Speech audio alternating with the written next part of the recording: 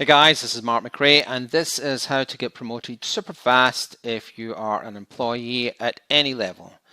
So far we've been looking at the wealth pyramid, where you may start as an employee, then have a small business, then have a business with a larger team, then maybe mergers and acquisitions, and then ultimately as an investor.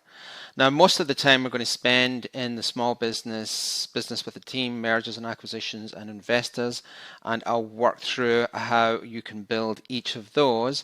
But I just wanted to touch on briefly, to help people who are employees to get promoted. And the best way to do that is to give you an example of myself. So the very first career I had, or the very first thing that I did really, was as a dealer or a croupier. I started off in Glasgow in Scotland, and they called them croupiers there, and a lot of the things were done in French. It was very old-fashioned and old school. And then eventually I was recruited to a very large casino organization. It was the largest in the Southern Hemisphere at the time. And one of the things that I did, I was always obsessed with casinos and what I did. I don't gamble, but I was always obsessed with people. I loved the people who I worked with. I loved the customers. I loved the environment. I loved the glamour. I loved the drama of everything related to casinos. So, it piqued my interest to the point where I started to have a look around and started to learn more about it. And what I discovered at that time, and we're going back almost 40 years now, is that there wasn't a real depth of training and knowledge in how casinos worked. Even though people were employed at different levels, they may be dealers or inspectors or pit bosses or senior pit bosses, managers, they kind of grew up through those ranks without a lot of education and the mathematics and the functions and the marketing of casinos. And I started reading about it. I started getting every book I could get my hands on. I started in marketing, professional blackjack, and I don't have them all anymore, but I can't remember how many I read. But everything you could get, I read about.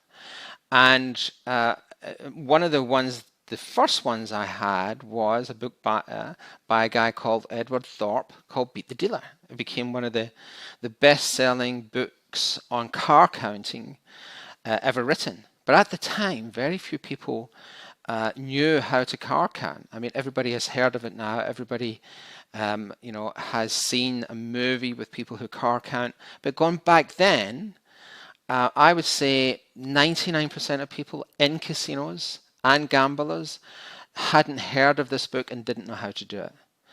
And I became very proficient at spotting people who were trying to count cards.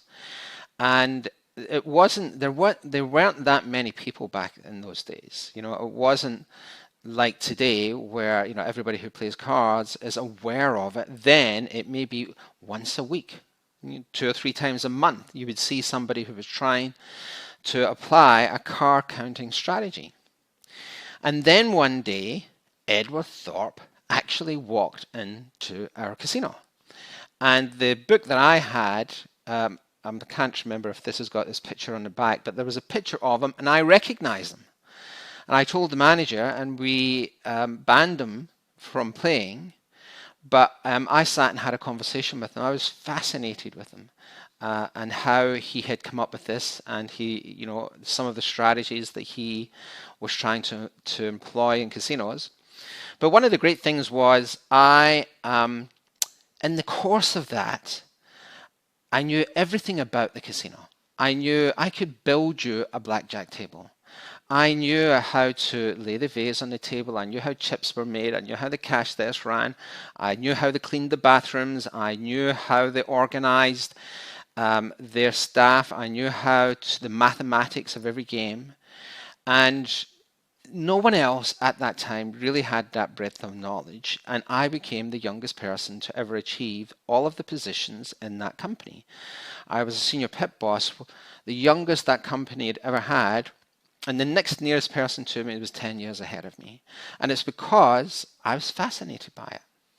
And I was really interested in it. And I thought of myself as the owner. I imagined myself one day owning a casino. And it was probably back in the early 90s when a very wealthy man invited me to come and help him open a casino, and I got a share of that casino. And that eventually led me to having my own casinos.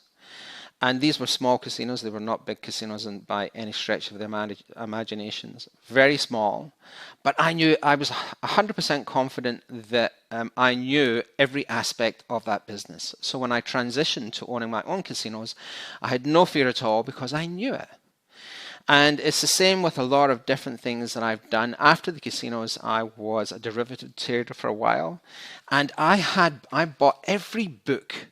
I remember in the early days, the late 90s, early 2000s, and Amazon, I can't remember how many books they had, maybe 40 books on trading. I bought them all. I read every book that you could buy, basically, on trading. And then eventually, became a member of the Society of Technical Analysts of the UK. And that's something that most traders have no need to do. There's no reason for it unless you're advising banks or you're making strategies for big hedge funds, or there has to be a reason to do it. And it was a great experience, but that's the depth that I went to when I was a trader. And that led to, because I was dealing with a lot of people who were bank traders, I think it was like year 2 or 3, I was invited to trade for a fund and teach some of my trading methods. And that was a very interesting period. Then eventually in mergers and acquisitions, again, I have books that very few people have in mergers and acquisitions because I became fascinated by it. I have books in every aspect of that industry because I really wanted to learn how it works. So here are some tips if you're an employee, if you're a young manager, if you're a manager, or even if you're a director and you're trying to make a big move. Here's what I think makes the difference. So number one, whatever industry you're in, think like an owner. And I'll give you a very good example of this, that when I was very young and just getting promoted, I think it was a pit boss, and I was walking across the casino floor and there was a cigarette packet. And I walked past the cigarette packet and the manager called me over and he said, "Mark, every single person thinks you're doing great here." He said, "But when the promotions come up again, I'm not going to promote you." And I said, "Why?" He said, "Because you just walked past that cigarette packet. And that tells me you don't care. That tells me that if I'm not here and I need somebody who cares about this business, you're not the guy because you don't care enough to pick up the litter." And I never forgot that lesson. And it was kind of an epiphany for me. In order to really get on, I had to think like I owned the place. I had to be able to go in there and see things, which leads me to the next part, solve problems. So one of the things I notice a lot, particularly with younger people today, is that they might see a problem, they don't want to solve it. It's too much work. And in every business and every industry that anyone here is listening to this, there's things that you can do. That there's procedures that have broken and aren't being effective. When something's not right. Don't ignore it. Solve problems. There's nothing better when you're an owner, when you see somebody who thinks like an owner and they're trying to solve problems. That's a big flag that you've got to watch this person, because this might be somebody that you can make a manager. It might be somebody that you can give equity to. It might be somebody you can do a business with. But think like an owner and solve problems and be a leader. Because if you're going to run any kind of organization, you need to be a leader. And I think it goes beyond that, is even when you're in a junior position, or even if you have no position, you'll see people in every organization who are the connectors. They're the leaders. They are charismatic. They attract people to them. And even when I was a young manager, I was constantly looking at the people around me to who I could bring into my world. That if ever I was given a casino to run or I owned my own casino, I would bring those people with me. But mentally, I was looking for people who were a little bit different. So be a leader. That's something that is you can learn how to be a great leader, and you can buy books on how to be a great leader. But be authentic. That's one of the best things. If people see that you are authentically trying to make a business work, people will start swimming in the same direction. Next, emotional intelligence. I can't tell you how many people are good at something, but they screw it up because they can't relate to the people around them. You might get somebody who is, everything tells you that this person should be the manager, but they can't get on with the people below them or the people around them. You've got to have enough emotional intelligence to know when to play your hand and when not to play your hand, and get on with the people around you. I used to go to, if I was my superior, I'd go to them and they say, look, I know I'm a new manager here. You've probably got people you've worked with for a long time. You may have, you've got the trust of the people around you. I'd like to be one of those people. Whatever you tell me to do, I'm going to do it. I'm going to be your guy. You don't need to worry about me being loyal. I am. And how can I help you? And that's kind of shortcutted that idea that you've got to work for people for years before you gain that trust. I told them straight up. I was there, I had their back, and I was going to move forward. I was going to make them look good. Next thing is to expect promotion. If you do the work, expect promotion, right? There's no reason why you shouldn't. And there's no reason why you shouldn't go to your superior, whoever that might be. It might be the board.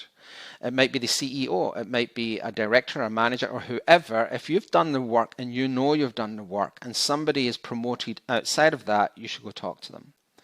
And that's actually one of the reasons why I left, a very big company with great career prospects, is that I had been asked to start a marketing department, which I did, and it was a raging success.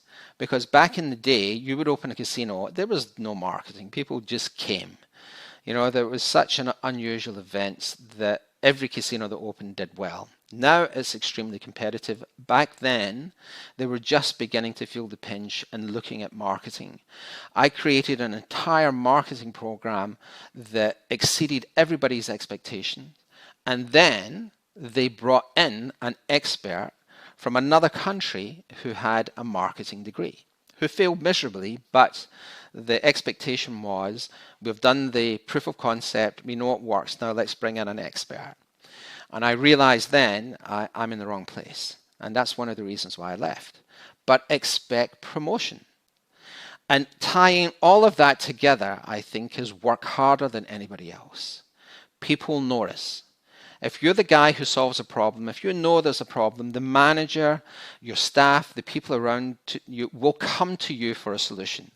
If there's an emergency, they will know that you're the person that they should talk to and accept that responsibility.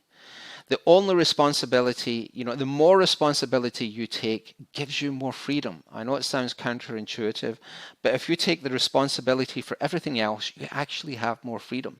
It's the people who try and avoid responsibility who never do well. So these are just some tips. If I was an employee, these are the things whenever I've been engaged with companies or employed by somebody, this was my attitude. I knew more than everybody else because I worked harder and I learned and I became genuinely, really fascinated by that business. I've thought like an owner. If you like these tips, don't forget to subscribe so that you can see the next parts as they come along.